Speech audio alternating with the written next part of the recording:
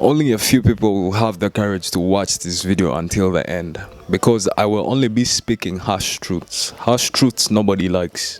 Only true stoics will make it to the end of this video. I've been doing studies on people for years, and if there's one thing I know for sure, it's this. If you feel like you can't be yourself around people, it's not your fault. It's something that happened to you somewhere along the way. You got hurt for being real, so now you hide. I've seen it in hundreds of people, and I've been through it too, but I promise you there's a way out. And if you stick with me in this video for only a few minutes, I'm going to show you exactly how to do it step by step. 1.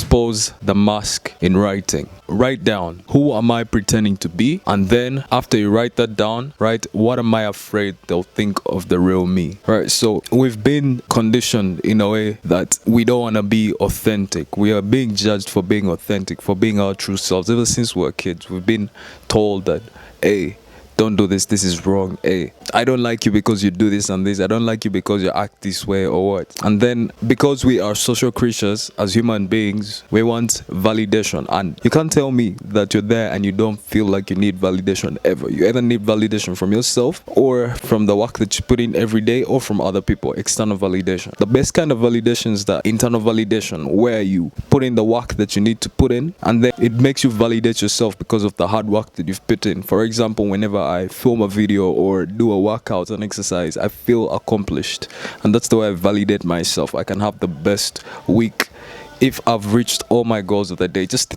think of it. How would you not feel happy? How would your week not be perfect and wonderful? How would you not feel like you're a winner when you've achieved all your goals? You get me? So the thing about journaling is that when you journal, it helps you see yourself from a different perspective. That's the most powerful thing about journaling that everybody should do. Journaling is very powerful. It helps you see yourself through different perspectives. In case you don't have someone to advise you, you could always advise yourself. But without journaling, it's so hard to advise yourself because you cannot see yourself. You need to first put yourself on paper and then look at yourself from a different view. I did this experiment once. I did this journal of where I was writing what I'm pretending to be, and it really got me thinking. It got me thinking deep. I had to stop everything that I was doing to lock in, because it shocked me of the person that I actually am, because on paper you can actually see who you actually are when you're writing down these things honestly. The power of just looking at yourself from a different perspective, it helps you self-reflect. It's called self-reflection. Journaling is self-reflection. So when I wrote these things down, I had to quit everything. That day I cancelled everything. I said, I'm not going to film, I'm not going to edit, I'm not going to do nothing. I'm just going to exercise and meditate on this journal that I've just written. And it got me thinking deep. It got me pissed off. Really, it got me pissed off for the person that I actually am.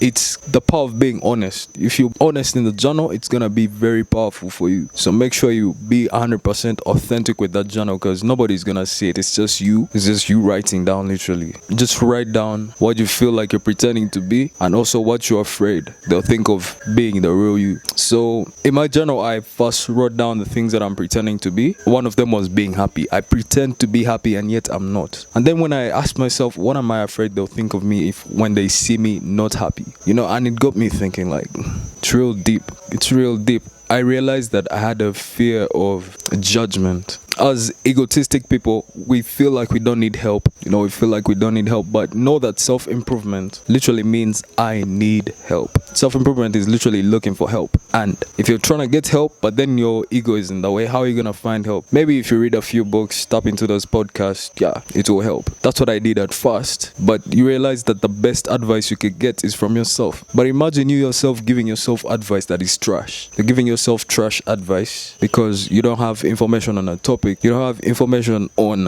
what you're actually, facing honestly. So 2, speak 3 truths daily. No filter, even if it's awkward. For example, you could write, I feel anxious right now, or this is kind of scary, but it helps you get into the present moment. If you're always looking in the future, you're always going to be anxious. That's the first thing. If you're always thinking about the future and worried about the future, you're going to be anxious. And if you're always thinking about the past, you're going to be depressed. So the best thing to do is to be in the present moment. When you're in the present moment, you're actually in the now, in the truth. So you telling yourself how you actually feel in the moment, or talking to yourself in the moment is very, very powerful. It's gonna help you be in the present moment. So if you just do that to totally help you to be in the present moment. 3, do an uncool thing in public. Dance for 10 seconds, sing out loud, be ridiculous on purpose. For example, for me, the uncool thing that I did that is quite unconventional to people. What I did is I said that, what's one uncool thing I can do in public? And this is what I did. I took off my shirt and went for a jog. And of course, that got attention. That got a lot of attention. Got me crazy mad attention. And you know, in a way, attention helps you become more confident, which is also part of the healing process. What's gonna help you? You know, if you do that one uncool thing, some will think it's uncool, but in my perspective, it was cool. So I did it anyway, though it was against the social norms. Nobody was cool with that, apart from a few people who were like, yo, yeah, keep pushing. Yeah, guys were like supporting me and telling me keep pushing, keep grinding. Yeah, doing that one uncool thing is going to break a certain barrier in your mind that is going to help you be present, you know, to have more nervous system freedom. When you have nervous system freedom, it's very easy for you to express yourself. So do that one uncool thing in public. 4, have one conversation without impressing. Your only goal is to connect, not to perform. Just be. Watch what happens. There's this saying that overthinking is underperforming. Overthinking is underperforming. I'm gonna drop it right here. Take a screenshot of it. Make it your wallpaper or something.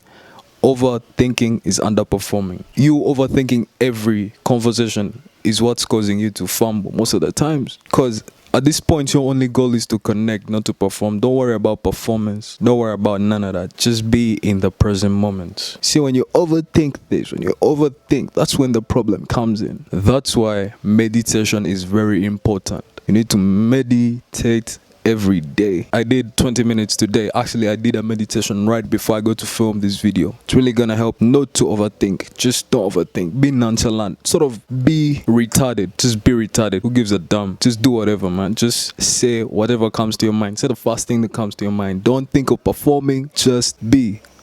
And trust me. Trust me on that one. You would see what happens. Well, if people fuck with you, cool. If people don't fuck with you, cool too. You just need to prioritize yourself and don't prioritize performance. Don't worry about performance. Performance will come on its own because it's a natural thing that just happens. We're all funny people, but we just need to be in the present moment. You find that the way comedians are very good with this is because they're always in the present moment. They're not focused on impressing. They say whatever comes to their heart. Literally, it could be a trauma, it could be a past experience, and then they totally just make a joke out of it. They just freely speak out the most sensitive things and it makes people laugh. So that's one good example of how overthinking is underperforming. Don't worry about what you're gonna say next. Say it. Be frank, just say it. But whatever happens, happens. That's how you learn to control yourself. Well, being very calculated with your communication is also a good thing when you're in a certain type of setting, but that skill comes on its own. You need to first build up the confidence to say whatever, and then after that you can build on the calculated speeches and all that. 5, silence challenge. 1 hour a day. Be completely quiet. No music, phone, or conversation. Sit with your true self. Set aside 1 hour each day and just put your phone aside. Just leave it at home. Go take a walk. Literally, just go take a walk and then have this alone time with yourself. Go chill and think about your life and all that. You see, creativity comes from silence. The best way to be creative and to actually find most of the solutions to the world comes from being silent. If you think about it, Leonardo da Vinci, when the apple fell on his head, what was he doing? Was he on phone? He was alone, seated under a tree. And that's when the apple fell on his head and he came up with the concept of gravity. Make sure you take the walks with yourself. No AirPods, no podcasts, just be with yourself. You don't need to build a new version of yourself. You need to remember the one you buried. That's what we do inside my private circle. Join us and I'll personally help you remove the mask and speak like the real you again. And even better, of course. If you found this video helpful, you might enjoy this one. So tap into this video and send it to someone that you think will love it. If you think that it will be helpful to them. Thank you so much for watching. Subscribe, of course. Thanks for watching.